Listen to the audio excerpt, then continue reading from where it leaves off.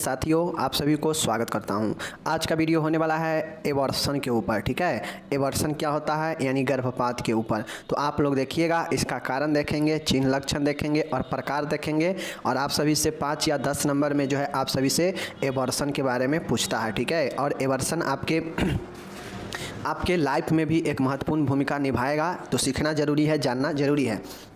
चलिए, ये वीडियो आपका एक वीडियो ही लिए हैं, एबॉर्शन ही लिए हैं आप सभी के लिए, क्योंकि बड़ा है तो समझना ज़रूरी है। आप देख रहे हैं नर्सिंग ज्ञान और आज का video midwifery and gynaecology GNM 3rd year का है। समझ रहे हैं चीज़ को। चलिए यहाँ पे देखते हैं कि एबॉर्शन क्या होता है। साथियों, एबॉर्शन स्वतंत्र रूप से जीवित रहने में असमर्थ गर्भस्थ भ्रूण फीटस जिसका वजन 500 ग्राम या इससे कम हो का गर्भाशय से स्वतः या प्रेरित विधि द्वारा गर्भाशय से बाहर निकल जाना ही गर्भपात कहलाता है।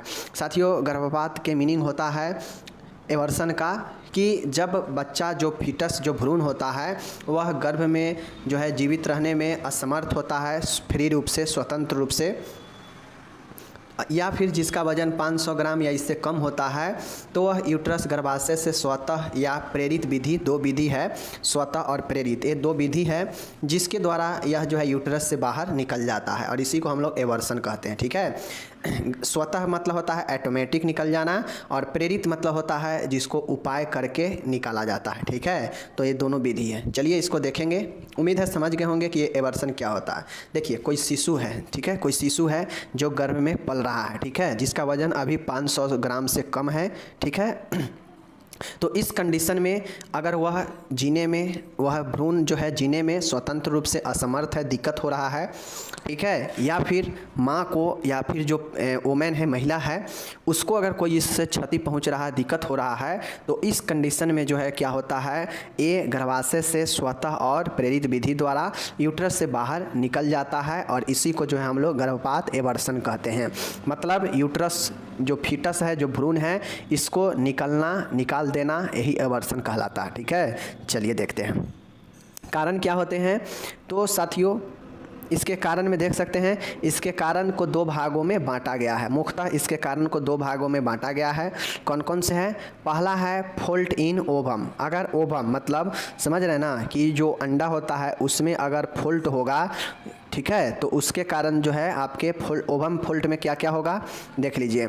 आरोपण इम्प्लांटेशन ठीक से ना हुआ हो तो इसके कारण ओवम की मृत्यु हो जाती है। ठीक है, अगर जो आरोपण होता है ओवम का, वह अगर सही जगह पर ठीक से नहीं हुआ होगा तो उस ओवम का जो है डिस्ट्रॉय हो जाता है, मृत्यु हो जाता है। तो यह जो है फॉल्ट होता है किसमें? ओवम में, जिसके कारण आरोपण नहीं हो पाता है सही से। नेक्स्ट है क्रोमोसोनल दोष के कारण भ्रूण का अविकसित रहना।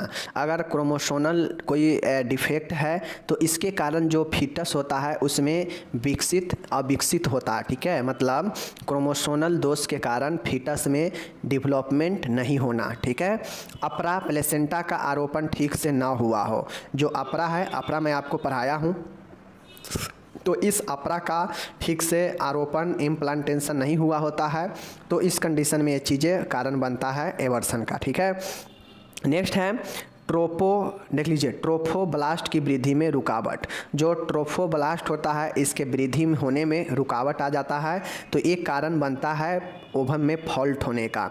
और जब ओवम में फॉल्ट होता है तो आपके एबॉर्शन का पहला कारण बनता है कि ओवम में फॉल्ट होना। चीज़ें समझ गए? तो आपके सामने में है फॉल्ट इन ओवम, पहला कारण फॉल्ट इन ओवम है। दो कारण में पहला कारण फॉल्ट इन ओवम यानी ओवम में दोष, पहला कारण। अब ओवम में दोष होगा तो जो आरोपण है ओवम का वह सही जगह पर नहीं होगा और इस कंडीशन में मृत्यु हो जाएगा। क्रोमोसोनल दोष हो सकता है जिसके कारण जो फीटस है उसमें अविकसित होगा। अपरा का सही जगह पे आरोपण नहीं होना। ट्रोफोब्लास्ट के वृद्धि में रुकावट होना। तो ये जो है आपके फॉल्ट इन ओवम हो गया पहला। ठीक है, अब दूसरा जो है मैटरनल फॉल्ट, मातृत्व दोष। अब पहला फॉल्ट है फॉल्ट इन ओवम यानी अंडाणु में जो है दोष होना। अब दूसरा है मैटरनल फॉल्ट। मैटरनल फॉल्ट का मतलब होता है कि मातृत्व दोष। मातृत्व दोष क्या क्या कारण होगा देख लीजिए। माता से संबंधित दोष होगा। माँ को यदि कोई विशेष बुखार तीव्र के साथ हुआ हो, अगर जो माँ है उसको अगर कोई बुखार तीव्र के साथ हुआ है तो ये कारण बन सकता है। कोलेरा आदि के कारण रक्तचाप कम हो जाना। अगर कोलेरा के कारण माँ का रक्तचाप कम हो गया है तो यह मैटरनल फॉल्ट है, ठीक है। किसी दवा का असर जैसे कुनैन अथवा कोई तीव्र प्यूरिगेटिव डायबिटीज मिलाइटिस, ठीक है, chronic nephritis with hypertension may be cause. तो ये सब क्रॉनिक नेफ्राइटिस मतलब गुर्दा रोग, उच्च रक्तचाप, ठीक है, उसके बाद हो गया आपका उच्च रक्तचाप डायबिटीज मतलब शुगर, ठीक है ना, माँ का कुपोषण अथवा एनीमिया होना, हार्मोनल जैसे प्रोजेस्टेरोन में कमी होना, गर्भाशय का पीछे की ओर मुड़ जाना, रिट्रोवर्टेड यूट्रस, यूट्रस में ये ट्यूमर का होना, ठीक है। उसके बाद आता है ग्रीवा का इंटरनल ओएस कमज़ोर होना, यह दूसरी तिमाही में गर्भपात का मुख्य कारण होता है, ठीक है। सर्विक्स वाले भाग में प्रसव के समय कोई चोट लग गई हो या फिर गर्भाशय गुहा की विकृति जैसे गुहा का निचला भाग बड़ा हो गया हो, तो इन सब कारण में जो है व्यक्ति का मैटरनल डिफॉल्ट होता है। तो यहाँ पे सीधा समझिए कि एवर्सन होने का दो प्रमुख कारण है। दो प्रमुख कारण कौन कौन से हैं? तो आपको एक चीज़ ध्यान में रखना पड़ेगा कि एवर्सन कराने का दो कारण है। दो कारण, पहला कारण है ओवम में फॉल्ट इन ओवम, ठीक है, फॉल्ट इन ओवम, चीज़ें को समझ गए। दूसरा है फॉल्ट इन मैटरनल, ठीक है, मैटरनल फॉल्ट, मातृत्व दोष, ठीक है, maternal fault, okay, maternal fault. ये आपका हो गया क्या चीज़? ये दो कारण हैं जिसके कारण क्या होता है आपके कि जो भी माता का कारण बनेगा तो मैटरनल फॉल्ट होगा। अब मैटरनल फॉल्ट में क्या क्या होगा? तो यूट्रस का निचला भाग बड़ा हो जाना, ठीक है, यूट्रस कैविटी का, सर्विक्स के भाग में जो है पहले प्रसव के दौरान चोट लग जाना, ठीक है, जो सर्विक्स है उसका इंटरनल ओएस का कमज़ोर होना, यह ज़्यादातर दूसरी तिमाही में होता है प्रेगनेंसी का, ओके। गर्भाशय में ट्यूमर होना, गर्भाशय के पीछे की तरफ मुड़ जाना, हार्मोन जैसे प्रोजेस्टेरोन में कमी होना, माँ का कुपोषण तथा एनीमिया होना, क्रॉनिक नेफ्राइटिस यानी गुर्दा होना, उच्च रक्तचाप बढ़ना, ठीक है, डायबिटीज मेलाइटिस यानी चीनी का रोग होना, ठीक है। उसके बाद कोई ऐसे दवा लेना, कोलेरा के कारण रक्तचाप कम हो जाना, ठीक है। उसके बाद माँ की यदि कोई विशेष बुखार हुआ हो तो ये सब मैटरनल फॉल्ट होता है जिसके कारण एवर्सन कारण बनता है, ठीक है। तो ये सब चीज़ें मैं आपको बता दिया। अब यहाँ पे आपको समझना होगा चिन्ह और लक्षण। अगर किसी को एवर्सन होता है तो उसमें क्या क्या लक्षण और चिन्ह होते हैं, क्या क्या देखने को मिलता है, तो इस चीज़ को चलिए देखिए। किसी का अगर गर्भपात कराया जाता है, एवर्सन होता है, तो उसमें योनि द्वारा रक्तस्राव आते रहता है, भेजिना के द्वारा ब्लीडिंग होते रहता है। चीज़ों को समझ रहे हैं? योनि से गांठ जैसी वस्तु का निकलना, योनि से भेजिना से जो है लंप जैसे गांठ जैसे वस्तु का स्राव होते रहता है। कमर व जांघों के आसपास पेल्विक रीजन में दर्द होता है। उदर के निचले भाग में ऐंठन युक्त दर्द जारी रहता है। अगर किसी का गर्भपात कराया जाता है तो एवर्सन होता है तो उसके जो पेट होते हैं, पेट के जो इलियाइक रीजन होता है, उस इलियाइक रीजन के नीचे जो है दर्द होते रहता है, ठीक है। अधिक रक्तस्राव के कारण स्त्री को बेचैनी हो जाती है, हृदय धड़कन भी बढ़ जाती है, एनीमिया भी हो जाता है, ठीक है। तो ये सब जो है आपके होते हैं लक्षण, और सारे लक्षण इसमें हो सकते हैं जो आप एक समझिए नॉर्मली तौर पे कि किसी का अगर एवर्सन हुआ है या कराया गया हो तो उसमें क्या क्या प्रॉब्लम होगा। क्योंकि जो उसके गर्भ में पल रहे शिशु भ्रूण होते हैं उसको निकाल दिया जाता है, तो उसको निकालने के बाद क्या क्या समस्या हो सकता है, इस चीज़ को लक्षण में लिख देना है, ठीक है। चलिए अब हम लोग यहाँ पे देखेंगे प्रोसेस ऑफ एवर्सन, गर्भपात की क्या प्रक्रिया है। प्रक्रिया जानना बहुत ज़रूरी है, यही काम की चीज़ें हैं। गर्भ अवस्था के दूसरे माह से, ठीक है, दूसरे माह में गर्भपात में स्त्री की समस्त गर्भाशयी रचना पत्निका डेसुडा सहित एक ढेर पुंज के रूप में एक बार में ही बाहर आ जाती है, ठीक है, बाहर आ जाती है। तीसरे माह की गर्भपात में, ठीक है, कोरियन तथा डेसुडा गर्भाशय में ही रुक जाते हैं, जबकि गर्भ मतलब जेस्टेशन सैक बाहर आ जाता है। चौथे माह से यह प्रक्रिया छोटे पैमाने पर एक प्रकार का प्रसव ही होता है, ठीक है। भ्रूण पहले निकल जाता है, बाद में झिल्ली प्लेसेंटा निकलते हैं, क्योंकि प्लेसेंटा मजबूती से डेसुडा पर स्थापित हो चुका होता है। तो इस प्रक्रिया को समझिएगा। पहले देखिए, पहले दूसरे, ठीक है, गर्भ अवस्था के दूसरे माह में गर्भपात में स्त्री की, अगर देखिए गर्भ अवस्था में कोई है, दूसरे माह में अगर किसी को गर्भपात किया गया मतलब एवर्सन किया गया, तो उसमें जो भी समस्त रचना बना है 2 माह में उसके यूट्रस में, वो समस्त रचना सहित जो है डेसूडा होता है, पत्नी का जो ऊतक होता है, यह सब के सब जो है क्या होता है एक ही बार में बाहर आ जाता है। ठीक है, दूसरा सप्ताह में, चूँकि इस समय नए नए सब चीज़ का रचना हुआ रहता है तो ज़्यादा झंझट नहीं लगता। इसमें यूट्रस में जो भी चीज़ का निर्माण हुआ है, रचना बना है, सब के सब जो है बाहर आ जाता है एक ही बार में। ठीक है, लेकिन जैसे ही दूसरे से तीसरे तिमाही में अगर एवर्सन जाता है तो एवर्सन में कोरियन तथा डेसूडा गर्भाशय में ही रुक जाते हैं, जबकि गर्भ बाहर आ जाता है। ठीक है, जबकि गर्भ जो है बाहर आ जाता है। ठीक है, मतलब सीधा समझिए तीसरे तिमाही में जो बच्चे होते हैं, जो ऐसी भ्रूण होता है, वह भ्रूण जो है क्या होता है बाहर आ जाता है, जबकि जो कोरियन और जो डेसूडा होता है वह यूट्रस में ही रुक जाता है। जबकि दूसरे माह में सब निकल जाता है एक ही बार में। जब तीसरे सप्ताह में माह में जाता है तो कोरियन और डेसूडा जो है रुक जाता है यूट्रस में, सिर्फ और सिर्फ जो गर्भस्थ शिशु होता है वही बाहर आता है। ओके, जब ये चीज़ चौथे माह में यह प्रक्रिया अगर होता है तो सारा चीज़ें जो है छोटे पैमाने पर एक प्रकार का प्रसव की तरह होता है। मतलब अगर कोई प्रेगनेंसी के चौथे सप्ताह में अगर कोई एवर्सन हो रहा है तो इसमें जो होता है एक प्रकार से जिस तरीक़ा से प्रसव होता है डिलीवरी, उसी प्रकार से चौथे माह में यह एवर्सन की प्रक्रिया होती है। ठीक है, उसके बाद देखिएगा भ्रूण पहले निकाला जाता है। चौथे माह से जब अगर किसी को एवर्सन होता है तो उसमें भ्रूण को पहले निकाला जाता है, बाद में झिल्ली और प्लेसेंटा निकलते हैं, क्योंकि इस समय प्लेसेंटा चौथे माह की प्रक्रिया में जो प्लेसेंटा होता है वह डेसूडा पर काफ़ी जो है मजबूती के साथ जो है स्थापित हो चुका होता है। तो यही जो है आपको याद रखना है प्रक्रिया में 2 माह, 3 माह एंड 4 माह। दूसरे माह में सब चीज़ एक बार में ही निकल जाएगा, जितने भी गर्भाशयी रचना है। ठीक है, तीसरे माह में सिर्फ और सिर्फ जो गर्भस्थ शिशु होगा, वो भ्रूण होगा, वही निकलेगा और डेसूडा और पत्निका अंदर ही रह जाता है। जबकि चौथे माह में अगर ये प्रक्रिया होता है तो यह एक प्रसव का छोटा सा हिस्सा के प्रकार की तरह होता है, इसलिए यहाँ पे जो है जो प्लेसेंटा और जो डेसूडा होता है वह जो है मजबूती के साथ चौथे महीने में स्थापित हो गया रहता है। इस कारण से भ्रूण पहले निकलता है और झिल्ली और प्लेसेंटा बाद में निकलता है। चीज़ें को समझ गए? चलिए अब हम लोग प्रकार देखेंगे। लास्ट में हम लोग से प्रकार पूछा गया है, तो साथियों 6-7 प्रकार है एवर्सन का, जिसको जानना बहुत ज़रूरी है। चलिए एक एक करके हम देखते हैं। ऐसे मैं ये सब के सब पढ़ा चुका हूँ। ठीक है, ये सब जितने भी एवर्सन के प्रकार था, मैं डिफिनीशन बारे में सब के सब बारे में जानकारी दे दिया हूँ। तो अगर आप स्टूडेंट हैं तो आप लोग जान रहे होंगे कि मैं कितना आपको जानकारी दिया हूँ नहीं दिया हूँ।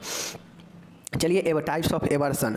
तो एवर्सन के निम्न प्रकार है, नीचे दिए गए हैं। देखिए पहला प्रकार है three trend aversion. Three trend aversion का मतलब होता है संभावित गर्भपात, थ्री ट्रेंड। ठीक है, थ्री ट्रेंड एवर्सन। देखिए यह गर्भपात वह प्रकार है जिसमें गर्भपात की प्रक्रिया प्रारंभ तो हो गई है, परंतु यह उस स्थिति में नहीं पहुंची है जिसमें गर्भावस्था के जारी रखना असंभव हो। इसमें चिकित्सीय सहायता से गर्भपात को रोका जा सकता है। देखिए अब होता यह है कि थ्रीटनेड एवर्सन में होता यह है कि संभावित गर्भपात होता है। इसमें जैसे होता यह है कि किसी न किसी कारण से एवर्सन शुरू हुआ, लेकिन जब एवर्सन की प्रक्रिया शुरू हो गया तो इसमें अचानक से मन हुआ फैमिली का या जिसका एवर्सन हो रहा है उसका मन हुआ कि नहीं, हमें एवर्सन नहीं कराना है, चाहे हम जिंदा रहे या नहीं। तो इस कंडीशन में यह जो है जितना देर तक यह प्रक्रिया हुआ है उतना देर के प्रक्रिया तक जो है इसे रोक दिया जाता है और चिकित्सक के डॉक्टर के सहायता लेकर जो भी हुआ है उससे और जो भी बाकी है उसको जो है बचाया जा सकता है, रोका जा सकता है। ठीक है, मन सीधा समझिए कि संभावित गर्भपात थ्रेटनेड एवर्सन एक ऐसा प्रकार है जिसमें यह प्रक्रिया एवर्सन का तो शुरू हो गया है प्रोसेस, बट यह इस स्थिति में नहीं पहुंचा है कि वहां से जो है अब जो भ्रूण है उसको बचाया नहीं जा सकता है। ठीक है, अगर मन हो गया कि नहीं हमें यह जो है रखना ही है प्रेगनेंसी और एवर्सन नहीं कराना है, तो उस कंडीशन में रहता है कि वहाँ पे अगर डॉक्टर देख रेख करे तो फिर से वह जो एवर्सन है रुक जाएगा और भ्रूण जो है जिंदा रहेगा और पलने लगेगा प्रेगनेंसी में। ठीक है, तो यही जो है संभावित गर्भपात होता है। चीज़ें को समझ गए? सीधी सी बातें हैं कि यह एक ऐसा प्रकार होता है और यह एक ऐसी प्रक्रिया होती है जहाँ तक यह पहुँची रहती है वहाँ तक यह संभव होता है कि जो है गर्भ में जो भ्रूण है उसको बचाया जाए। मतलब जितना अभी काम हो चुका है एबॉर्शन का उतना अभी बच्चे के निकालने के लिए काफ़ी नहीं होता है, और उस कंडीशन पर अगर डॉक्टर का सहायता लिया जाए तो उससे जो है रोका जा सकता है एबॉर्शन का, ठीक है, और शिशु जिंदा रहेगा। तो यह थ्रेटनेड संभावित हो गया। ओके, दूसरा होता है इनवेटिबल एवर्सन, अपरिहार्य गर्भपात। इस स्थिति में गर्भ अवस्था को जारी रखना संभव नहीं होता है, महिला का स्वास्थ्य प्रभावित होता है, भूख नहीं लगती है, बुखार भी हो सकता है तथा बेचैनी रहती है। तो दूसरा जो है क्या है हमारा अपरिहार्य गर्भपात, इनएविटेबल एवर्सन। इस स्थिति में मतलब यह जब अपरिहार्य गर्भपात का मतलब होता है कि यह गर्भपात इस स्थिति में होता है। देखिए, इस स्थिति में गर्भावस्था को जारी रखना संभव नहीं होता है। अगर किसी को किसी कारण से अचानक से कोई ऐसा प्रॉब्लम क्रिएट हो गया कोई प्रेग्नेंट वुमेन को, तो उस कंडीशन में जो है अगर उसको एबॉर्शन का बहुत ही ज़्यादा नीड है और कराना ज़रूरी है वरना जिंदा जो है नहीं रख पाएगा, तो इस कारण से अपरिहार्य कारण से उसको जो है एबॉर्शन तत्काल किया जाता है। तो उसी को जो है हम लोग अपरिहार्य गर्भपात कहते हैं, जो किसी भी स्थिति में गर्भ अवस्था को जारी रखना संभव नहीं होता है। अगर यह रखा जाए तो फिर जो है भ्रूण को या जो महिला है उसको नुकसान हो सकता है। तो इस कंडीशन में यह अपरिहार्य गर्भपात किया जाता है। ओके, तीसरा देखिएगा लीन गर्भपात है, मिस्ड एबॉर्शन है। मैं आपको पढ़ाया हूँ कि मिस्ड गर्भपात का मतलब होता है कि इसको अनभिज्ञ गर्भपात भी कहते हैं। इसमें होता यह है कि भ्रूण की मृत्यु हो जाती है परंतु गर्भाशय में ही रहता है। लीन गर्भपात मिस्ड एबॉर्शन का मतलब होता है कि इसमें जो है लोग पता नहीं रहता है कि जो है अंदर गर्भ के अंदर ही जो भ्रूण है उसका मृत्यु हो गया है। लोगों को पता, या जो भी स्त्री है प्रेग्नेंट उसको पता नहीं रहता है कि हमारे गर्भ में पल रहे बच्चे का जो है मृत्यु हो गया है, भ्रूण का मृत्यु हो गया है, और वह जो है यूट्रस में ही कई दिनों तक रहता है। इसी को हम लोग लीन गर्भपात मिस्ड एबॉर्शन कहते हैं। समझ गए ना, ये ऐसा गर्भपात के प्रकार जिसे अनभिज्ञ कहते हैं, मतलब इससे कोई ज्ञान नहीं है कि हमारा भ्रूण जो है वह हमारे गर्भ में ही डेथ कर गया है, इससे कोई जो है हमें जानकारी नहीं रहता है, इसीलिए इसको हम लोग लीन गर्भपात मिस्ड एबॉर्शन कहते हैं, और यह कई दिन तक गर्भाशय में ही मृत्यु होकर रहता है। ठीक है, चौथा जो देखिएगा पूर्ण गर्भपात कंप्लीट एबॉर्शन। कंप्लीट एबॉर्शन का मतलब होता है कि इस गर्भपात में निषेचन के उत्पाद मतलब प्रोडक्ट ऑफ कंसेप्शन पूर्ण रूप से बाहर निकल जाते हैं। यह 3 माह से पहले ही होने वाला जो है एबॉर्शन होता है। अगर पूर्ण कंप्लीट एबॉर्शन का मतलब होता है कि जो भी उत्पाद है जो यूट्रस में बना है, चाहे वो निषेचन के फलस्वरूप जो भी प्रोडक्ट है, कंसेप्शन है, जो भी उत्पाद बना है वह जो है पूर्ण रूप से यूट्रस से बाहर निकल जाता है। ठीक है, इसी को जो है हम लोग कंप्लीट एबॉर्शन कहते हैं, और यह 3 माह से पहले ही होता है। ठीक है, 3 माह से तक जो है कोई ज़्यादा प्रोडक्ट रूप नहीं लिया रहता है, अभी धीरे धीरे स्टार्ट ही होता है बनना। तो इस कंडीशन में अगर जो भी निषेचन वाला प्रोडक्ट है और उसके साथ में और सारे चीज़ हो सकता है तो वह जो है कंप्लीट बाहर निकल जाता है, तो इसी के लिए हम इसको कंप्लीट कहते हैं। ठीक है, 5वां देखते हैं यहाँ पे अपूर्ण इनकम्प्लीट एबॉर्शन। इनकम्प्लीट, एक था पूर्ण एक है अपूर्ण। इनकम्प्लीट का मतलब है कि यह जो होता है गर्भपात कंसेप्शन से 12 सप्ताह मतलब समझ रहे हैं ना, 3 सप्ताह महीने के बाद ही होता है। ठीक है, कंप्लीट 3 महीने से पहले हो जाता है, अगर कंप्लीट होगा तो 3 महीने से पहले हो जाएगा। ठीक है, उसमें जो भी कंसेप्शन होगा कंप्लीट बाहर आ जाएगा। लेकिन जो अपूर्ण होता है, इनकम्प्लीट वाला होता है, यह 3 महीने यानी 12 सप्ताह के बाद ही होता है। इस प्रकार में ब्लीडिंग अधिक होता है, भ्रूण बाहर निकल तो जाता है जबकि प्लेसेंटा वाला भाग अंदर ही गर्भाशय में रहता है, इसलिए यह अपूर्ण गर्भपात कहलाता है। सीधा समझिए कि जैसे यह यूट्रस है, ठीक है, यह यूट्रस है, इसमें निषेचन के बाद कोई कंसेप्शन जो है ऐसे आकार में बना है, धीरे धीरे यह जो है शिशु के रूप में लेता है। तो जो कंसेप्शन बना है इसमें बहुत सारा झिल्ली लगा रहता है ऊपर से, तो इसमें जो भी कंसेप्शन मतलब जो भी उत्पाद बना है भ्रूण के साथ में, तो इसमें 3 महीने के बाद ही यह इनकम्प्लीट वाला होता है। 3 महीने के बाद क्यों होता है? क्योंकि इसमें भ्रूण जो है रूप ले लिया रहता है 3 महीने के बाद। तो इस कंडीशन में इसमें भ्रूण ही सिर्फ बाहर निकलता है, बाकी जो प्लेसेंटा होता है वह प्लेसेंटा वाला भाग जो है अंदर ही गर्भाशय में ही रह जाता है। इस कारण से इसे अपूर्ण गर्भपात कहते हैं। चीज़ों को समझ गए? चलिए छठा हम लोग देखेंगे सेप्टिक एवर्सन, विषाक्तता गर्भपात एवर्सन। ठीक है, इस प्रकार के गर्भपात में गर्भाशय तथा भ्रूण में संक्रमण हो जाता है। यह एक प्रकार से गंभीर स्थिति होती है जो अपूर्ण गर्भपात की भांति होती है। इसमें स्त्री को तेज ज्वर, उदर में ऐंठन युक्त दर्द होता है। ठीक है, नाड़ी दर बढ़ जाती है। साथियों, जो हमारा यहाँ पे देखिएगा अपूर्ण वाला है, अपूर्ण से बाद वाला सेप्टिक है। तो इस प्रकार के जो एवर्सन होता है, इसमें जो भी एवर्सन होता है, इस एवर्सन में जो यूट्रस होता है और जो फीटस होता है, इसमें संक्रमण हो जाता है। मतलब गर्भाशय और भ्रूण दोनों में संक्रमण हो जाता है और यह एक प्रकार से गंभीर स्थिति होती है। ठीक है, जो अपूर्ण गर्भपात की भांति होती है, जो क्या होती है, इनकम्प्लीट एवर्सन की तरह ही होती है। इसमें महिला को तेज ज्वर और उदर के नीचे ऐंठन युक्त दर्द होता है। तो इस प्रकार से हम लोग जो है सेप्टिक एवर्सन बहुत गंभीर होता है।